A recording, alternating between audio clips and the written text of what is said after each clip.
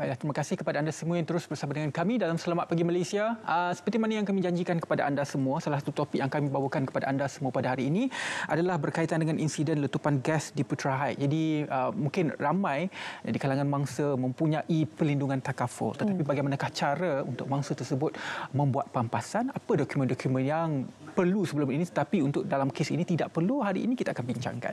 Kita bersama dengan seorang tetamu di studio iaitu Puan Suhaili Mat Noh, Ketua Jabatan Pengurusan Program dan Takaful Am Teknikal bersama kita untuk kongsikan topik kita, apa agaknya pampasan bagi mangsa yang terlibat dalam insiden kes letupan gas di Putra Heights ini. Assalamualaikum, selamat pagi Puan Suhaili. Waalaikumsalam, selamat pagi. Selamat Hari Raya. Selamat Hari Raya. Maaf saya batin. Baiklah Puan Suhaili, kalau kita nak bercakap berkenaan dengan takaful ini panjang. Saya difahamkan MTA ini merupakan satu badan untuk menyelaraskan ke semua operator takaful di Malaysia ini. Mungkin boleh jelaskan secara terperinci untuk kita memahami di mana kedudukan MTA dan juga bagaimanakah operator-operator ini bergerak di bawah MTA ini. Okey, untuk introduction lah ya.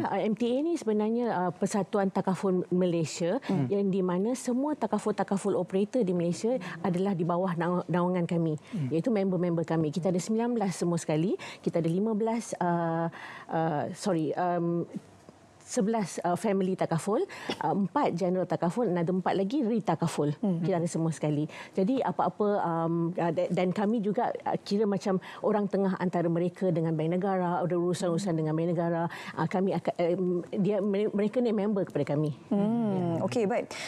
Untuk kita memahami bagaimana peranan yang perlu dimainkan oleh pihak operator-operator takaful ini terhadap insiden ini, bagaimana sebenarnya mereka boleh membantu secara langsung barangkali meringankan beban ataupun kepayahan dan juga kesusahan yang sedang dialami oleh mangsa-mangsa insiden letupan gas ini? Okey.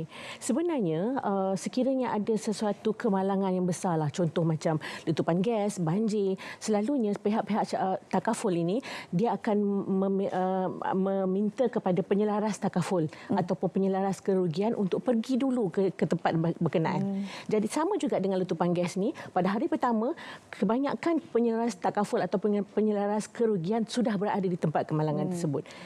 Sehingga hari ini mereka masih di sana. Even saya pun masih di sana semalam. Okey, apa yang MTA telah buat ya, kami telah memanggil semua takaful operator, kami telah email kepada semua takaful operator untuk memberitahu kami apakah pelaksanaan ataupun langkah-langkah strategik yang mereka boleh buat untuk membantu mangsa-mangsa letupan gas ini. Ada 3 perkara yang kita minta daripada mereka, ialah satu, tindak balas segera yang akan mereka ambil. Ya, yang kedua, proses tuntutan yang boleh dipercepatkan ataupun apa-apa dokumen yang untuk mempermudahkan mangsa tersebut, dan juga apakah bentuk bantuan yang boleh diberi di lapangan tersebut. Ya. Apa jenis tuntutan yang boleh dituntut di bawah hal ini? Okey, dia ada pelbagai tuntutan di sini ya. Kita tengok kat situ bila ada letupan kita ada kebakaran ya. Kebakaran menyebabkan kerosakan rumah, kerosakan harta benda, kerosakan kenderaan, motor dan kereta for example. Okey, lepas tu kita nampak pula rumah tu kita ada bangunan dan isi rumah. Tu sebenarnya ada 2 jenis sijil yang berbeza. Kalau dia ambil rumah sahajalah building ataupun bangunan sahaja yang diberi perlindungan. Sekiranya diorang extend ataupun mengambil perlindungan tambahan untuk isi rumah, mereka juga boleh claim ataupun buat tuntutan untuk isi rumah juga di situ. Dan satu lagi, kecederaan kepada individu tersebut ataupun kematian jika ada. Kalau kenderaan yang terbakar, yes, kenderaan yang terbakar sama ada total loss keseluruhannya ataupun boleh dibaiki untuk repair. Yes, itu boleh kita boleh claim bawah takaful kenderaan. Dan takaful kenderaan ada 2 jenis sijil yang akan memberi perlindungan, iaitu takaful kenderaan persendirian komprehensif yang memberi perlindungan keseluruhan. Satu lagi takaful kenderaan yang memberi perlindungan kepada third party, fire and theft. Ini perlindungan pihak ketiga, kebakaran dan juga kehilangan disebabkan kebakaran tersebut. Bila cerita ni macam takut pula kan. Yalah, kadang-kadang kita tak tahu bila kejadian seperti ini akan berlaku pada diri kita kan. Cumanya apabila ia sudah berlaku dan sekiranya mangsa layak untuk mendapatkan papasan dan sebagainya, apakah antara proses-proses yang perlu dilalui oleh mereka ini? Dan selalunya orang kata ngenyahlah, lamalah, panjang, banyak dokumen. Jadi apa antara prosesnya kali ini? Adakah sama seperti pempasan yang lain ataupun sedikit berbeza? Okey, kita cakap pasal kes yang ni lah ya, letupan gas ni. Apa yang mereka telah buat, macam tadi saya cakap, kebanyakan pengelola takaful ni bersama dengan penyelaras kerugian telah berada di bukan site tapi di Masjid Putra Heights. Kami di sana buka booth, buka table untuk orang datang memberitahu apakah isu-isu yang mereka hadapi, ataupun kami akan memberi penerangan kepada mereka apakah yang sepatutnya mereka buat.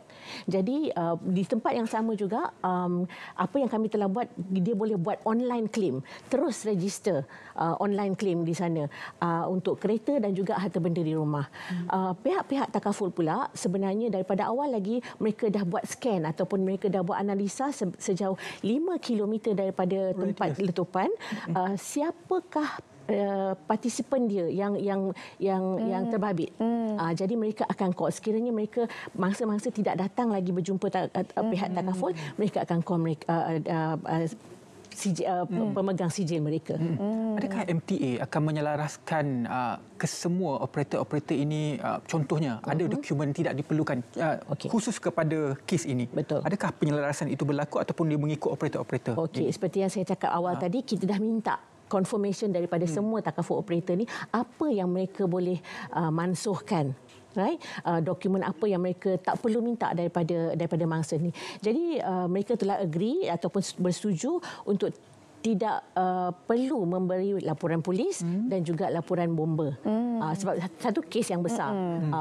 Nationwide kita sudah tahu semua kan apa yang terjadi, and penyelarasan daripada pihak bomba dan pihak polis sedang dilakukan juga. So kita boleh buat pemansuhan dokumen tersebutlah. Jadi macam dokumen-dokumen yang contohnya terbakar, IC, surat bana, sekira diperlukan, even kalau macam dokumen daripada untuk rumah, mungkin SNP akan hilang. So apa yang dokumen-dokumen tersebut kalau mereka boleh mendapat melalui online, pihak takaful boleh terima. Contoh macam lisens, pemilikan kereta, itu kita boleh dapat online. So mereka boleh terima online punya dokumen. Sekiranya tidak, mereka boleh pergi ke pihak-pihak tertentu untuk mendapatkan dokumen tersebut, seperti daripada bank, seperti daripada JPN, untuk print balik dokumen mereka. Jenuh juga tu nak kena pergi bank, nak kena print balik SNP semua, tapi kenalah buat kan. Betul. Tempoh masa yang diperlukan untuk anggaran lah. Kita kadang-kadang urusan ni tak boleh nak cakap kan hitam putihnya kan, tapi anggarannya berapa lama? Sebenarnya setiap tuntutan ni berlainan mengikut jenis-jenis tuntutan. Okey, contohlah rumah, for example. Rumah dia ada bangunan rumah, sama ada rumah tu terbakar penuh ataupun sedikit. Jadi pihak penyelaras takaful kena cek kawasan rumah itu, apa yang perlu di repair, and especially rumah, untuk dia akan mengambil masa yang lebih lama bila berkenaan dengan struktur rumah untuk risiko, untuk menanggung risiko tersebut kan. So dia depends. Kalau misalnya semua dokumen dah diperlukan, penyelaras takaful sudah memberi final dokumen terakhir kepada pihak-pihak takaful, pihak takaful akan meneliti apa yang mereka telah bersetuju dalam 3 ke 5 hari untuk memberi persetujuan untuk start repair ataupun memulakan repair ataupun bawa ke workshop semua. Contoh sekarang ni penyelaras takaful sudah berada di kawasan masjid. Mereka menunggu green light, lampu hijau daripada polis ataupun bomba untuk pergi ke kawasan site. Sekiranya selamat, dia akan pergi ke kawasan site dan untuk buat and untuk tarik kereta keluar daripada situ dan bawa ke workshop pihak takaful. Okey, satu soalan terakhir. Mengikut jujukan keutamaan, apakah pampasan yang paling perlu dilakukan untuk mendapatkan pampasan itu secara cepat kepada mangsa? Contohnya live atau family dahulu, kerana kalau kat kereta yang rumah itu dia mengambil masa yang paling cepat kerana mereka memerlukan cash yang cepat pada masa sekarang. Dia sebenarnya bergantung kepada keadaan. Kalau misalnya kecederaan dia cuma akan bawa pergi ke hospital. Pihak takaful telah bersetuju untuk mansuhkan atau mempercepatkan pengurusan isu guarantee letter untuk mereka yang masuk ke hospital. Untuk percepatkan pembayaran bergantung kepada setiap tuntutan yang mereka buat. Kereta, rumah, isi rumah dan juga kecederaan tersebut. Cepat mereka sediakan dokumen dan selesaikan urusan, akan cepatlah proses di pihak operator. Ya, saya. Okey, baik. Ringkas topik kita hari ini. Semoga dapat memberikan sedikit maklumat untuk anda semua. Kita tanya macam mana mereka masa-masa ini kan tak dapatkan papasan. Kerajaan bagi 5,000 saja kan daripada Kementerian Pendidikan pun ada. Tapi itu untuk tempoh jangka